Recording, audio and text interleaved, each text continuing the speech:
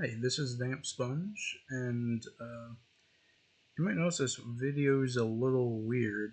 It's because I turned off my mic at one point because someone walked in and I forgot to turn it back on. So I'm just going to kind of generally talk over this video. So, that first piece of art that you saw a little earlier, I'll flick back to it eventually probably, is just a little thing I did off camera. I thought, you know what? There it is. Maybe I should show it a little bit more. Or, well, I should show on camera me drawing it. So, here I'm talking about character concepts and if I should keep the, signature line that describes where my corner is of my sponge. The whole reason with that is because usually sponge has directional like holes on it that kind of tell you if, or not if, but where the corner is. I don't really want to do that.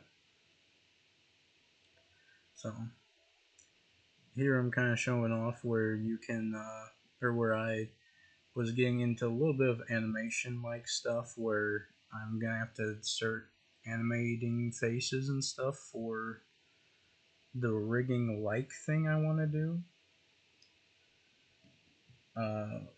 Which there'll be a whole little drawing episode for that. Man, I really wish I recorded audio because this kind of sucks having to talk over it. Because it's when you record videos, you kind of get like a nice momentum with what you're saying, with keeping a conversation going. So when there's long pauses like this, I don't exactly remember what I was saying. Kind of wish I would just get on to the drawing. You know what? What if I did this? That's with the eyes. Here's the original one. Oh, okay. I know what I was talking about here.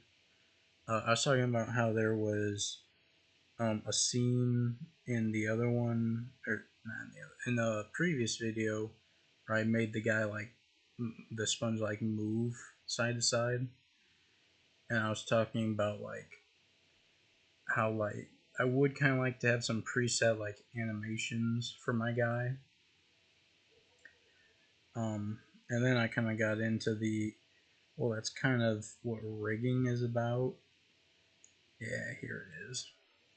So with rigging, basically you have a camera that will sense if you're, the dot in the middle, or if you go like look up, look to a corner, look to the side, and then kind of like a chess piece, or like a king chess piece, you can only move so far before animation kicks in to try to like transition between each.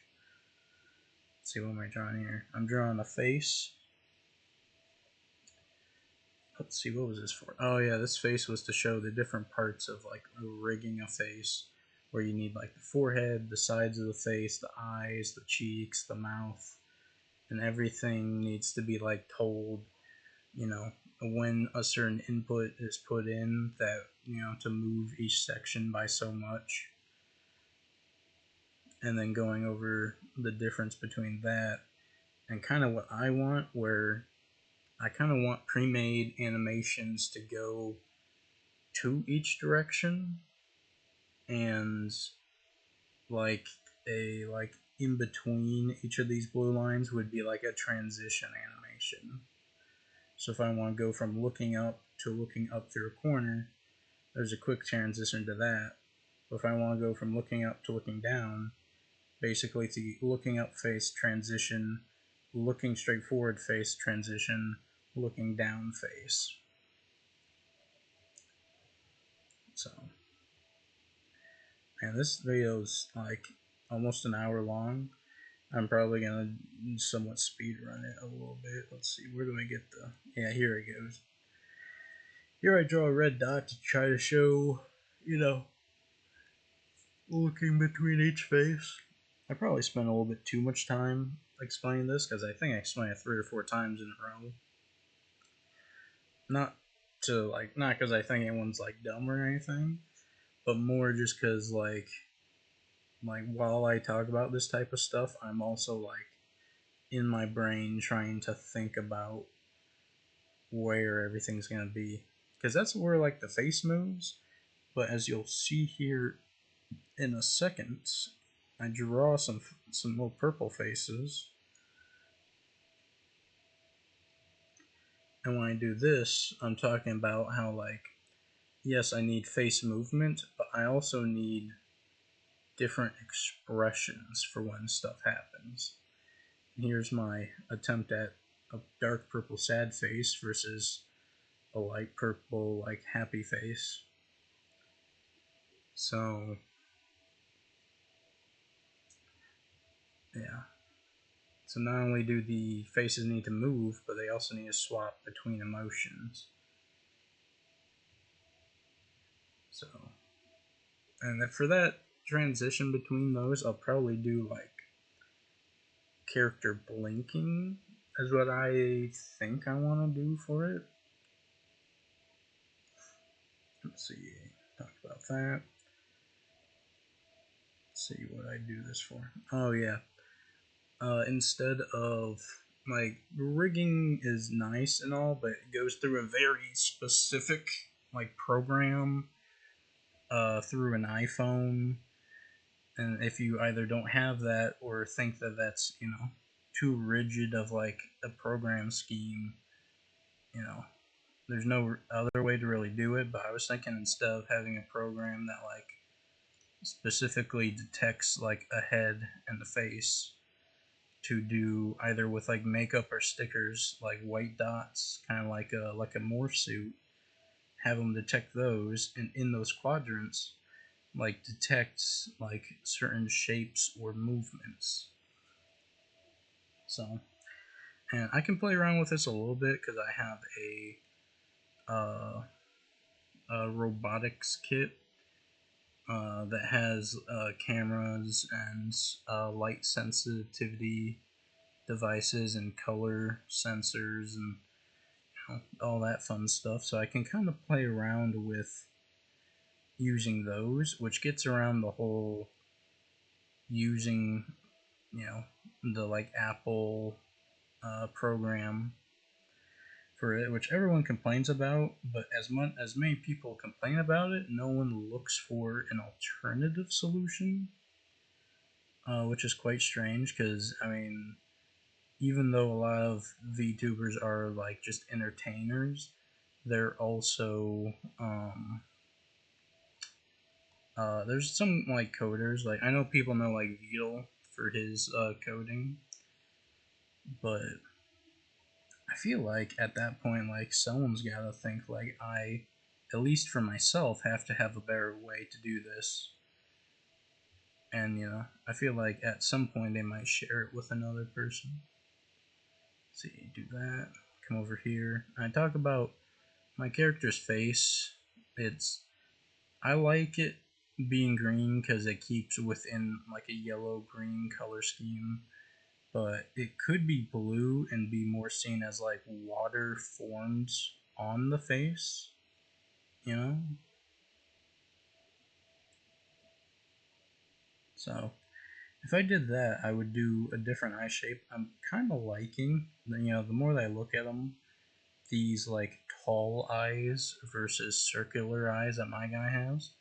But what about the option of like water droplet eyes? You know, these are all ideas that have just been thrown around at the moment. So nothing specific, but I'm sort of getting more used to that face than this face. This face I like, but I don't like the mouth. The mouth I was really bad at portraying it being on the same surface because I drew it with that angle, trying to make it slightly smiled when that's the angle of the face. And it just so happens that that angle nearly matches up with that side. So when your eye sees it, it's like this looks more 2D than 3D. If I change that mouth, I think it'll look more 3D. So, yeah, between the mouth and using this stripe of color to get, like, you know, the edge lined out, it's, you know, I got a couple things I kind of work on for my character. Here I'm drawing an eye for some reason. I just kind of did it to show the difference between, you know, a long cartoon eye and a nearly realistic eye. I'll leave it in because I kind of like the eye. It was well drawn for the time. Kind of shows I got more skill than nothing. I have no idea what happened here. I clicked yellow and then accidentally clicked black there. So black is the eye. So I think at this point I was given helpful tips like when drawing an eye, how you want, you know, this. People say this is an almond shape. I kind of see it. That's, you know, I guess it's just whatever fits for each individual person. For an iris, you need the tops and a little bit of the bottom of the eye to be like underneath the like. I guess this would technically be like skin or like the outer eye, kind of like where the eyelash is, you know. Some people do streaks like that. I thought it was okay. I do some smaller ones which are a little bit better. It's probably worse that I'm doing them the same color as the like pupil. They should be more white, but I was too afraid to go white on top of the color. So I think next time if I just did it more white, it would look better. So also to talk about if you do an eye, usually there's like, if you look really close, you can see that there's lines going from outside to inside. And how I do that is I just draw a few lines going around and then get the smudge tool and really just like rub it around. Specifically going from inner to outer or outer to inner. You don't want to do any side to side. So that's what I was describing there. Other than that, it's a nice eye. And there it goes. I think there goes that water droplet too, yep. See, I come over here. I start just testing out drawing things, you know, just seeing what I like. And I get this thing, and with this drawing tool, that's the wrong way to do it. But if you do like get a star drawing tool, and you do really like tight knit like little like shaky motions, you can get this really nice like craggly like looking like mountain or like paint drips. I very much like how that looks. So, which I mean that'll go into like art that doesn't relate to the character, but if you're doing like scenery with mountains, ugh, I'm a little bit tired. But you know, scenery with mountains, that'll look good. Here I'm trying out whatever this brush is. Uh, Personally, not a big fan of it. If it was square, it would look a lot better. But since it's circular, you'll see here, you can't get them close enough to each other. You're always going to have this gap in the middle. And then when you do it over, it's like too cluttered, which is just kind of like unfortunate. And then I tried to imagine my way around this problem by inverting the selection. So I only draw in gray, but drawing on the gray is not the problem. Or no, it is the problem, I should say. It's not the solution. So what you'd want to do here is you want to take a freehand tool and kind of get those circles inside of a selection and then invert it so it's you're only drawing on like this gray section.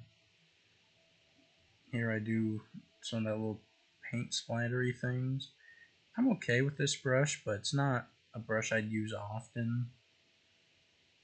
You know, just a bunch of dots. See, start erasing it. Messing with the sprinkles. I don't remember if it's those sprinkles, but I did use like a sprinkle looking brush for the baby no money thing. I don't know if anyone realized, but from that like little short I did, I spent like an hour or two like actually drawing baby no money to do that short. Because I saw that he shares a lot of art that has him in it. So I was like, oh, you know what? Let's just see if that gets any traction. This brush I didn't mind. It's too stampy. Like that shape is very recognizable, you know, and it without spacing, it's just kind of like a messy brush. You know, not the biggest fan of it. What that brush needs is this. What this brush is every like uh, every segment that lays down the paint. It's just an entirely different section of the art card. I think they're called like animated brushes or something. Um, and that's what that square brush previously needed. If it had that, it would look a lot better. So there's all that. Oh, also that brush is dope as like an eraser. Like look at like the K where like you could do like water like droplets hitting like a pond, you know, like that is that's a cool brush to use that way. But I think the way that they give it to you is less interesting, you know, like I like that. That looks more interesting than whatever this is that the brush defaults to. Let's see, I do a spiky brush. Spiky brush was fine. Not a big fan of it. I always question why they have these pepper brushes. Like, I mean, unless you like use this object constantly in your art and you just need to like stamp put in the background over and over again, there's no reason to turn an image into art. Wrong way around. I reverse my words. There's no need to turn image into a brush. Because it just doesn't get used the right way, you know. Like that's not the way a brush gets used unless it becomes a stamp, you know. This brush I do like. This is another one of those animated ones. I just don't know if I have any purpose for it right now, but I mean it looks pretty nice. Yeah, and then I come back and start erasing with it, and the erasing with it also very good. That'd be good for like if you're trying to draw like a sticker that's like ripped or something, or like flaking paint. I do like that one.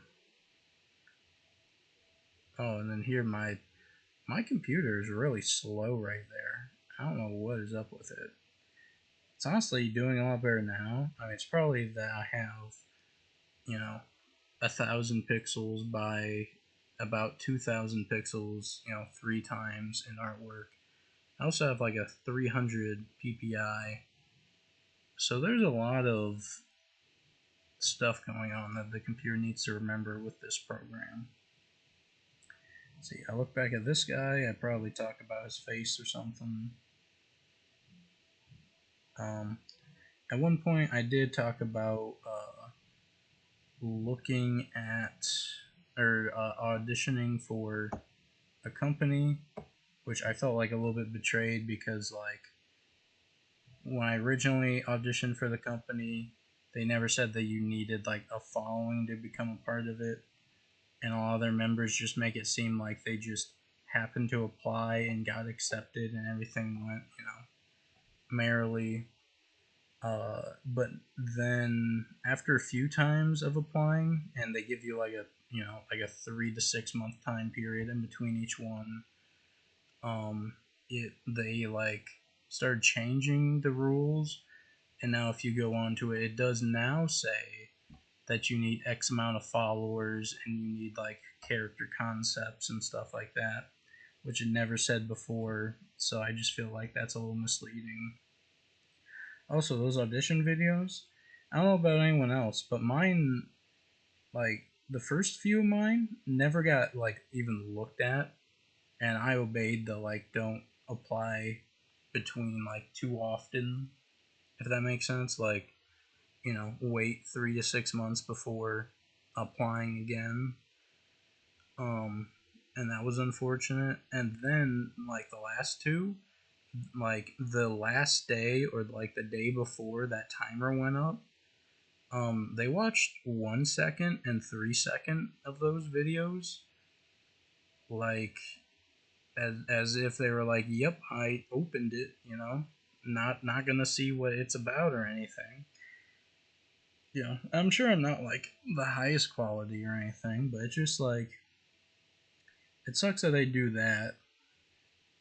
You know, I mean, it's of course every company has to have their own interests at heart, but they just, I don't know, they just it feels very backhanded when a company can treat you with their best interest and just to kind of ignoring you. Anyways, I come back in. I try to paint the damp sponge with the star brush because I kind of like the Cragley version. I can just kind of speed this up. And the hairline I do like. I don't know if this is exactly a hairline, but where green meets red or yellow. Why was I gonna say red? For green meets yellow, I do love this craggliness. Everywhere else, I kind of am not a great fan of it. So here's a Star Eyes. Star Eyes is kind of weird. Star Mouth was kind of hard to do. That one's alright ish. That one I tried to do like a craggy mouth. I don't know. Everything's very iffy except for the the green meets yellow. I even tried to fix the points, and I mean you can see like just erasing the tips of them makes it look like they're just sticking in the ground. So it's not the greatest. And then here I'm talking about where I need like art of me like it facing different directions. I come back over here and flip my guy around a little just to see what that looks like. And I think that's pretty much it. So spread. I'll have to see how fast I made this, but I trying my best to speed run a 50-minute video, just so footage doesn't go to waste. But I was recording Elden Ring earlier. Someone walked in, and I just felt like I'm not talking that much anyways. I was just gonna turn off my mic. I just completely forgot to turn back on.